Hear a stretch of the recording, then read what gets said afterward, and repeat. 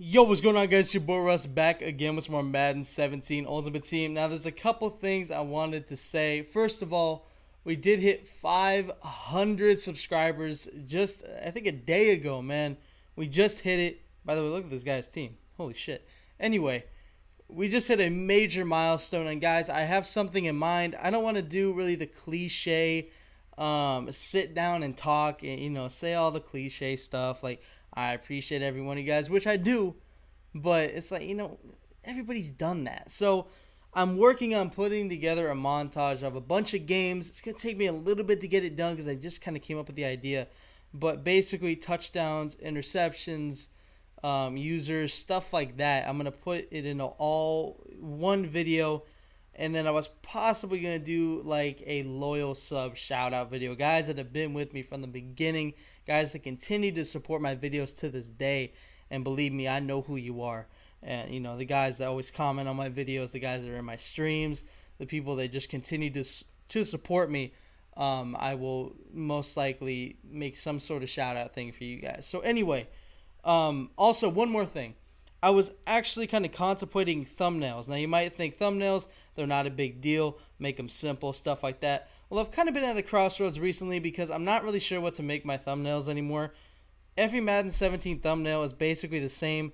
I don't want my videos to be confused with somebody else's, so I'm trying to think, should I just go simple, guys? Should I just take a screenshot of the game, black out the score, and just make that the thumbnail? Should I make them super, super simple like that?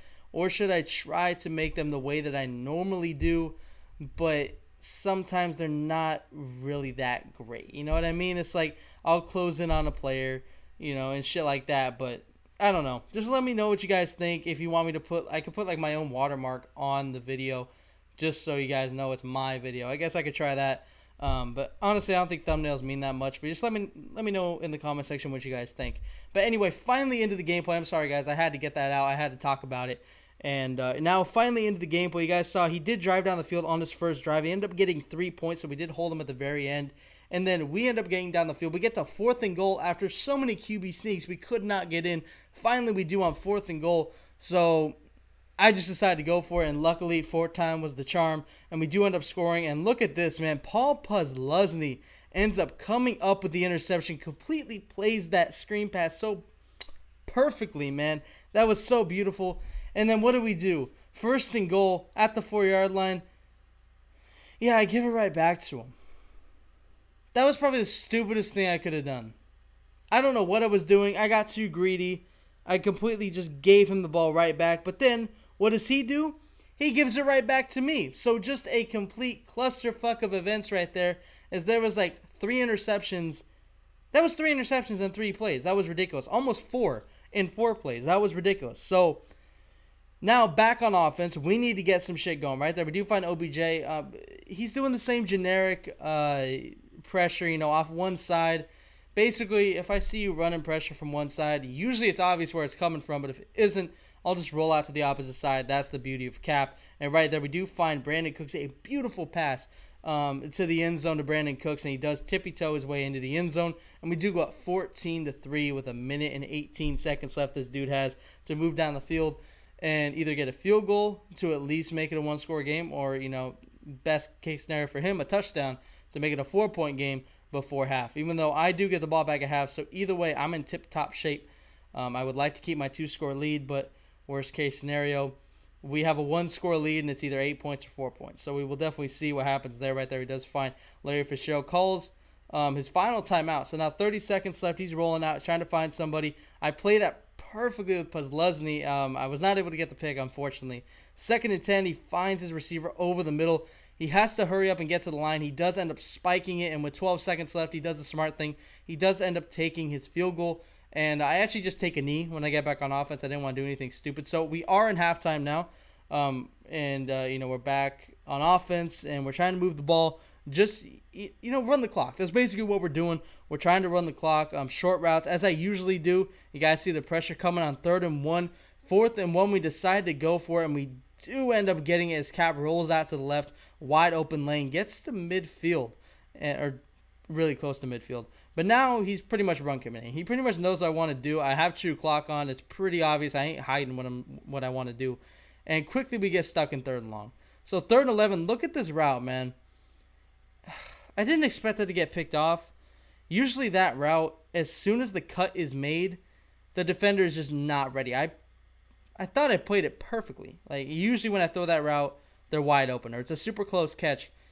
Never does the defender actually play it so perfectly like that. So I guess I was that AJ Bowie guy. I'm not sure how you actually say that. I think that's like the playoff captain for the Texans. Guess that dude's pretty damn good. He ends up picking me off. So now this dude has the ball back with a chance to tie it. He does find Larry Fitzgerald for a really good gain. 4th and 2, he decides to go for it. He pretty much has to at this point, and he walks into the end zone with David Johnson. But 2-point conversion is intercepted. Just throw it at me, man. Why the fuck not? So he does not get his 2-point conversion to tie this game up. So now we are still in good positions right there. We throw it barely over Champ Bailey. That was risky. 1st and 10. I think he's going to run commit. Sure enough, he does. And right there, Vance McDonald. Luckily, that was not intercepted. That could have easily been intercepted. At this point, I know this dude's sending pressure. I just got to counter it somehow. And honestly, I just want to run with Cap and pass. But, short passes or passes that are open. I don't really want to sit there and try to make fantastic reads. I want to make sure the first thing I'm looking at is to run with Cap or run with Howard or out routes. And we did find an out route. Unfortunately, Odell did go out of bounds. But we pretty much have this game not in hand yet. If we kick a field goal, obviously it will be 1 score. But right there, Brandon Cooks in the back of the end zone on 3rd and 7. The same play we scored our first touchdown on with Brandon Cooks puts us up 21-12. And that is a 2-score, 9-point lead. And that will pretty much do it, as we are just going to run a heavy coverage. Or not heavy coverage. We're still going to send 3, but it is quarters. I really don't care if he goes short. Just no deep passes, no quick scores. And just hoping my defense can, play lockup defense right now and just get us this dub, preserve this win. And right there, I think if that throw would have been on point, it would have been right at me, and that would have been another interception. So 3rd and 10, he's looking, really nothing there. He ends up throwing it across the field. 3rd and 10 turns into 4th and 1, and of course he has to go for it. He rolls out to the right, pressure in his face, chucks it back across the field, and Richard Sherman comes up with the interception. And that is actually Sherman's first interception on our team ever since we got him. So a couple of kneel downs will do it, and we do end up getting the dub 21-12. Definitely a good game, but the 2-point conversion definitely did end up costing this dude. If he would have got it, would have still been 1 score. Maybe the game would have been different, but, we still did lock up at the end. So I did hope you guys enjoy it. Be sure to look out for the next video, and as always, Dangerous Army, I'm out.